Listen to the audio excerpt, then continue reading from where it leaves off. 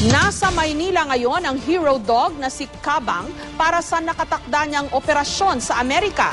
Napingas kasi noong Pebrero ang kanyang mukha matapos itong maipit sa gulong ng motor nung iniwas niya sa aksidente ang dalawang bata sa Zamboanga City.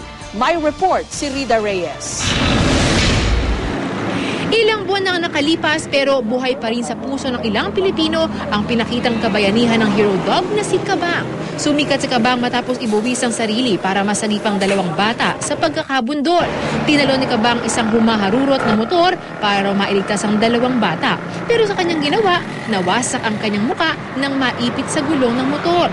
Bukod sa hirap kumain at uminom ng tubig, kapag daw hindi na isara ang nguso ni Kabang, maaring magkaroon ng mga komplikasyon. The nostril will be closed. So this one here, because it's really exposed, so that's the reason why we have to give her antibiotic every day. But if we close this, at least there's no need for that anymore. The side effect of giving antibiotics every day is that the red blood cell will go down.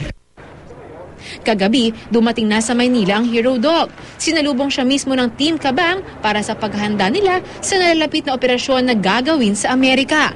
Ang amo nitong si Mang Rudy hindi na sumama dahil wala raw siyang passport. Hindi na rin niya nagawang ihatid sa paliparan ang pinakamamahal na alaga.